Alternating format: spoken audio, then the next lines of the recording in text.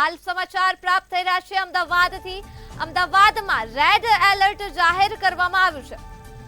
તો અમદાવાદમાં વધતી ગરમી સાથે રેડ એલર્ટ જાહેર કરવામાં આવ્યું છે। અમદાવાદમાં 5 દિવસ સુધી રેડ એલર્ટ અપાયું છે। એએમસી હેલ્થ વિભાગે કર્યું છે રેડ એલર્ટ જારી।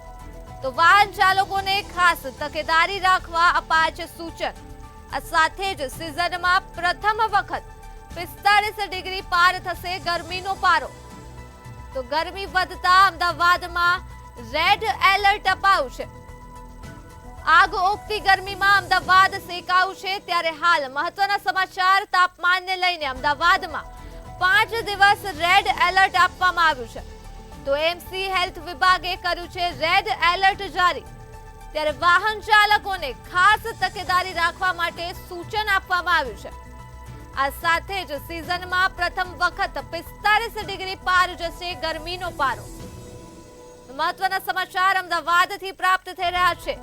ગરમી વધતા અમદાવાદમાં રેડ એલર્ટ જાહેર કરવામાં આવ્યું છે। તો અમદાવાદમાં 5 દિવસ સુધી રેડ એલર્ટ જાહેર કરવામાં આવ્યું છે। એએમસી હેલ્થ વિભાગે કર્યું છે આ રેડ એલર્ટ જારી।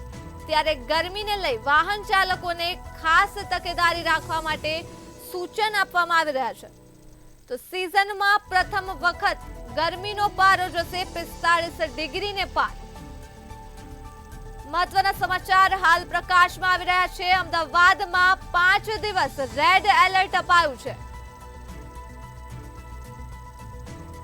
બચવા માટે શેરડીનો રસ પીજીએ છીએ અને એના આઈસ્ક્રીમ કે ઠંડુ પીજીએ છીએ અને છોયડા રીજીએ છીએ। ભાઈ હાલત બહુ ખરાબ છે, નીકળાતું છે નહીં અને ગરમીનો મોસમ બહુ વધી રહ્યો છે। એના કારણે ઠંડુ જ્યુસ ને બધું પીજીએ છીએ। આ ગરમ હવાની આગાહી કરી છે, એના માટે લોકો જ પીજીએ છીએ। એટલે એવી રીતે રીજીએ છોયડે બહાર ગરમીનો નીકળતા નથી।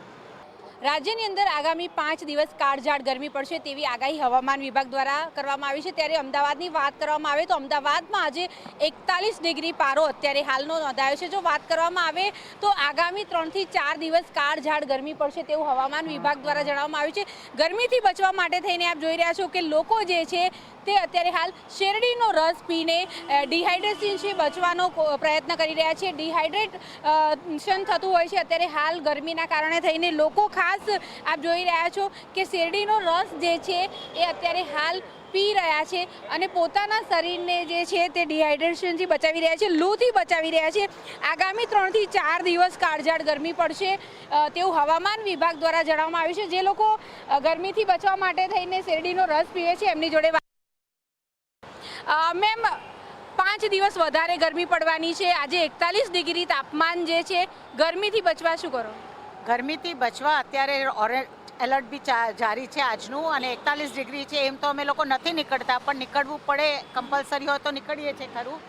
પણ આ અમે લોકો ડિહાઇડ્રેશનથી બચવા માટે sugar can juice PA which is very nice for health અને એ અમને ગરમીથી દૂર રાખે છે સહેજ।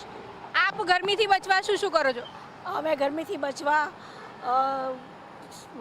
શેરડીનો રસ પીએ છીએ, લીંબુ શરબત પીએ છીએ, ઓઆરએસ સાથે રાખીએ છીએ અને બને તો જ બહાર નીકળીએ છીએ। એ સિવાય બહાર નીકળતા નથી કેમ કે બહુ જ હાઈએસ્ટ ગરમી છે માટે।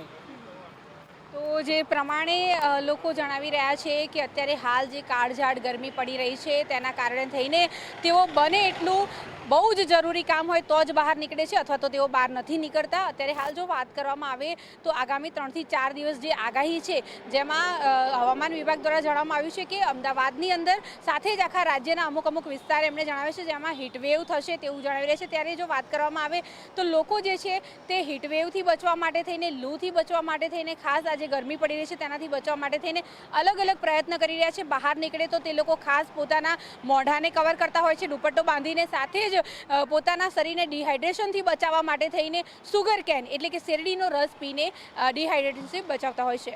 કેમેરા પર્સન ઓમ સાથે અનિતા પરમાર, મંતવ્ય ન્યૂઝ, અમદાવાદ।